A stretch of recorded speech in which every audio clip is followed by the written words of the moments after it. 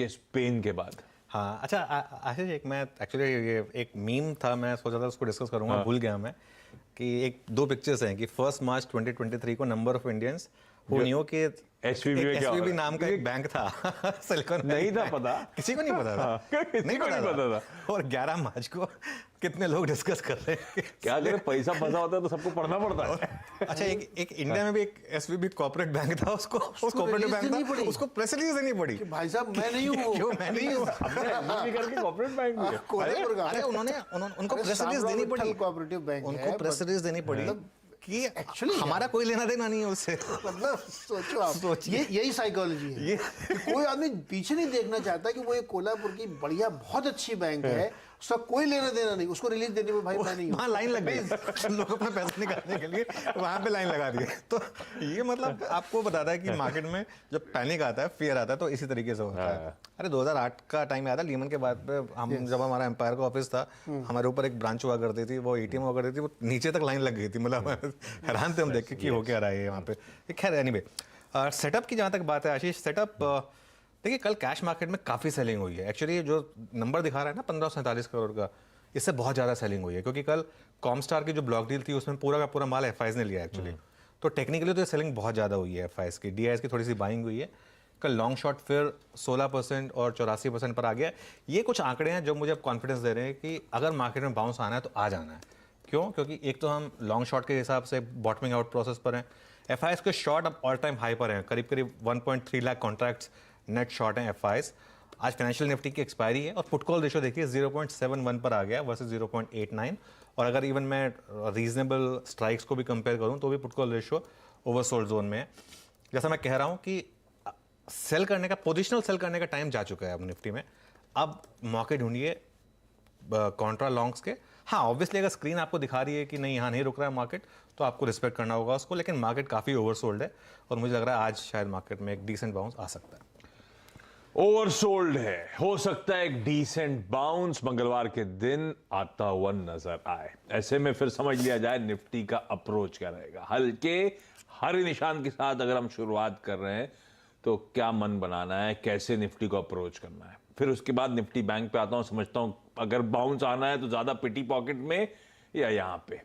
दोनों interesting Jones पे थे। 17,150 ये कल वो 40,000 के नीचे स्लिप होते हुए नजर आए थे, लेकिन कहाँ महीनों के लोस पे आके बैठ गए हम लोग कि ये निफ्टी बैंक में हुआ क्या इस तरह से। और अब जब बाउंस के लिए प्ले करना तो कैसे प्ले करूं। देखिए पहले मैं निफ्टी पर आता हूं मैं एक चीज़ कहूंगा, मैं मेरी जो पहली 2-3 लाइनें लोगों को कॉन्ट्राडिक्टरी लगेंगे, लेकिन एक्सप्लेन कर देता हूं। पहली चीज़ मैं ये कह रहा हूं कि निफ्टी में रिस्क रिवॉर्ड अब आपके फेवर में नहीं है शॉर्ट करने के, स्पेशली लोअर लेवल पर पोजिशनल शॉट लेने के। पोजिशनल शॉट लेने का टाइम जा चुका है, लेकिन क्योंकि स्क्रीन इतनी ख़राब है, अगर आप एक इंट्राडे ट्रेडर हैं और अगर आपको मन बन रहा है शॉर्ट करने का, तो रैली में शॉर्ट करें, फिर वैसे शॉर्ट ना करें। और शॉर्ट भी तब करें जब रैली फेल होना शुरू हो, तब शॉर्ट करें। 17,440 जब तक नहीं निकल जाता तब तक हर रैली सस्पेक्ट रहेगी। तो इसमें दो तरीके प्ले करने के, या तो आप हर मतलब रैली को जहाँ फेल हो वहाँ सेल करें, या फिर थोड़ा कंसोलिडेशन पर सेल करें। लेकिन 17,440 निकलने तक मार्केट का टेक्सचर काफ़ी वीक है। 17,440 क्या है? निफ्टी का 200 डे सिंपल मूविंग एवरेज। लेकिन अगर आज एक जोन डिफेंड हो गया, मैं जोन की बात कर रहा हूँ, 17,050 से 17,100, ये एक जोन है। अगर आपको मिला ये जोन 17,050 से 17,100, मुझे लग रहा है एक बार के लिए 17,000 डिफेंड होगा, तो उसके लिए वो जोन होगा जहाँ पर अग्रेसिव ट्रेडर को बाय करना चाहिए। और कुछ नहीं, सिर्फ एक इंट्राडे पुल बैक के लिए, ट्यूसडे बाउंस के लिए, और उसमें आप बहुत छोटा स्टॉप लॉस रखिए 17,000 का, और उसको फिर उस हिसाब से अप्रोच करिए। लेकिन अगर आप पोजिशनल अप्रोच लेना चाहते हैं तो 17,440 तक की वेट करिए, उसके ऊपर निकलेगा तभी मार्केट में कॉन्फिडेंस वापस आएगा, उससे पहले कॉन्फिडेंस वापस नहीं आएगा। तो देखिए ट्रेडिंग और इन्वेस्टिंग दोनों अलग अलग चीज़ें हैं।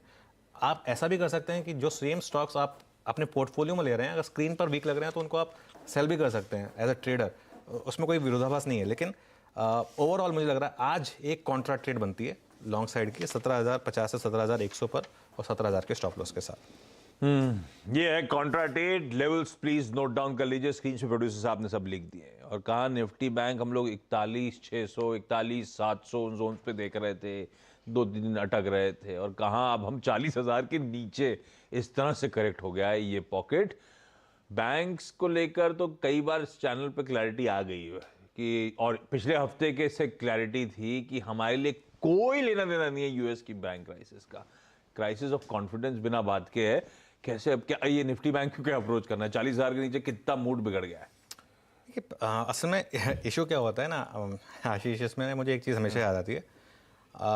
अगर आप किसी मॉल में हो और किसी एक दुकान में बाई चांस फायर हो गई, तो आप 3 दुकान छोड़कर अगर वहाँ पर सेल लगी हुई है 70%, तो आप उसमें नहीं जाएंगे, आप मॉल से बाहर निकलने की कोशिश करेंगे। मतलब आप पहली साइकोलॉजी होगी आपकी कि सेफ्टी की तरफ भागने की। इस समय मार्केट में साइकोलॉजी है हावी है, क्योंकि ग्लोबल बैंकों में प्रॉब्लम चल रही है, इसलिए लोगों को लगता है कि बस अब बैंक से निकल गए। ये सबसे गलत अप्रोच है मार्केट में इस समय। ये बैंक्स और बैंक निफ्टी अब मेक और ब्रेक लेवल पर आ गया। कल बहुत इंटरेस्टिंग क्लोज दिया बैंक निफ्टी ने, 200 डे सिंपल मूविंग एवरेज, और 200 डे मूविंग एवरेज पर अगर बाउंस मिला तो बड़ा सस्टेनेबल बाउंस होगा। और एक चीज़ हमने एक लगातार चीज़ डिस्कस की थी कि निफ्टी बैंक ने बजट डे लो नहीं तोड़ा था, निफ्टी ने बजट डे लो तोड़ा था, निफ्टी बैंक ने नहीं तोड़ा था। वो जो जब हम पोजिशनली काफ़ी बुलिश थे बैंक निफ्टी पर, आशीष आपको याद होगा 1000-1500 पॉइंट की रैली हमने प्ले की थी। कल जो है, कल का लो जो है वो बजट डे लो से जस्ट 50 पॉइंट नीचे। अब ये मेक और ब्रेक लेवल है। यहाँ पर अगर बैंक निफ्टी टिका तो आपको 1000 पॉइंट की रैली देगा, यहाँ से अगर लेकिन नहीं टिक पाया तो 1000 पॉइंट की डिक्लाइन देगा। बहुत क्लियर है, बाइनरी ट्रेड है यहाँ पर बैंक निफ्टी में 1:1 की। तो अगर आप एक एग्रेसिव रिस्क टेकर हैं इतनी गिरावट के बाद, तो मुझे लग रहा है कि आज आप बैंक निफ्टी में, मैं लेवल नहीं सजेस्ट करूँगा क्योंकि लेवल्स का कोई मीनिंग नहीं है बैंक निफ्टी में, जिस तरीके से बैंक निफ्टी मूव करता है। मैं एक चीज़ कहूँगा बस, पहली रैली फेल होगी। हम इतनी 900 पॉइंट की गिरावट के बाद कोई रैली टिकती नहीं है, पहली रैली फेल होगी। पहली रैली फेल हो जहां पर फर्स्ट आवर का लो बने, वहां से स्टेबिलिटी आने पर फिर बैंक निफ्टी में एक कॉन्ट्रा बाय करिए और फर्स्ट आवर लो को स्टॉप लॉस रख दीजिए।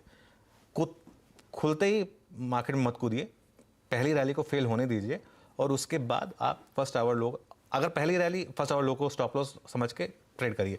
पहली रैली अगर फेल नहीं हुई बाई चांस, तो भी आप 1 घंटा निकलने दीजिए और उसके बाद फर्स्ट आवर लो को फिर भी एक स्टॉप लॉस बना के उसी हिसाब से अप्रोच करिए। आज का दिन मेक और ब्रेक है बैंक निफ्टी के लिए।